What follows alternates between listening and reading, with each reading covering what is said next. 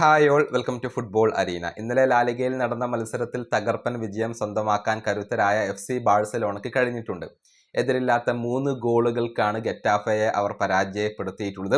Ferran Torres ആണ് FC ബാഴ്സലോണയ്ക്ക് വേണ്ടി തിളങ്ങിയിട്ടുള്ളത്. 2 ഗോളുകൾ അദ്ദേഹം നേടി. ഡാനി ഓൽമോ മറ്റൊരു ഗോൾ കണ്ടെത്തിയിരുന്നു. അതായത് മത്സരത്തിന്റെ 15ാമത്തെ മിനിറ്റിൽ ഓൽമോയുടെ അസിസ്റ്റിൽ നിന്ന് ഫെറാൻ ടോറസ് അക്കൗണ്ട് തുറക്കുകയായിരുന്നു. പിന്നീട് 34ാമത്തെ മിനിറ്റിൽ റാഫീഞ്ഞയുടെ അസിസ്റ്റിൽ നിന്നാണ് ഫെറാൻ ടോറസ് ഇരട്ട ഗോളുകൾ പൂർത്തിയാക്കിയത്. പിന്നീട് 62ാമത്തെ മിനിറ്റിൽ മാർക്കസ് റാഷ്ഫോർഡിന്റെ അസിസ്റ്റിൽ നിന്നും ഡാനി ഓൽമോ ഗോൾ പട്ടിക തികക്കുകയായിരുന്നു. മത്സരത്തിൽ ഹാട്രിക് നേടാനുള്ള ഒരു അവസരം ഫെറാൻ ടോറസിന് ലഭിച്ചിരുന്നു. പക്ഷെ അദ്ദേഹത്തിന്റെ ഷോട്ട് ക്രോസ് ബാറിൽ ഇടിച്ചുകൊണ്ട് മടങ്ങുകയായിരുന്നു. ഏതായാലും ഇതേക്കുറിച്ച് ഫെറാൻ ടോറസ് ഇപ്പോൾ സംസാരിച്ചിട്ടുണ്ട്. അതായത് FC ബാഴ്സലോണയുടെ മെയിൻ സ്ട്രൈക്കർ ആയിക്കൊണ്ട് തനിക്ക് മാറണം എന്നാണ് ഫെറാൻ ടോറസ് പറഞ്ഞിട്ടുള്ളത്.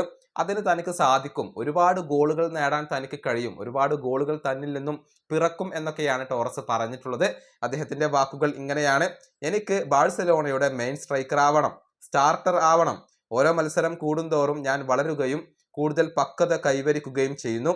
ഞാൻ ഒരുപാട് തവണ പറഞ്ഞിട്ടുള്ള കാര്യമാണ് എനിക്ക് ബാഴ്സലോണയിൽ സ്റ്റാർട്ടർ ആവാൻ കഴിയും എന്നുള്ളത്. ഇനിയും ഒരുപാട് ഗോളുകൾ വരും. ക്രോസ് ബാർ കാരണമാണ് എനിക്ക് ഇന്ന് ഹാട്രിക് നഷ്ടമായത്. പക്ഷെ ആരും പേടിക്കേണ്ട, ഇനിയും ഒരുപാട് ഗോളുകൾ വരും. ഇതാണ് ഫെറാൻ ടോറസ് ഇപ്പോൾ പറഞ്ഞിട്ടുള്ളത്.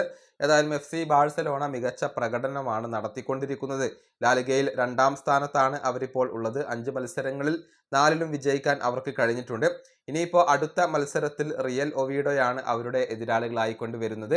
സെപ്റ്റംബർ 26ാം തീയതിയാണ് ഈ മത്സരം നടക്കുന്നത്. ഈ വീഡിയോ അവസാനിപ്പിക്കുന്നു. അടുത്തൊരു വീണ്ടും കാണാം.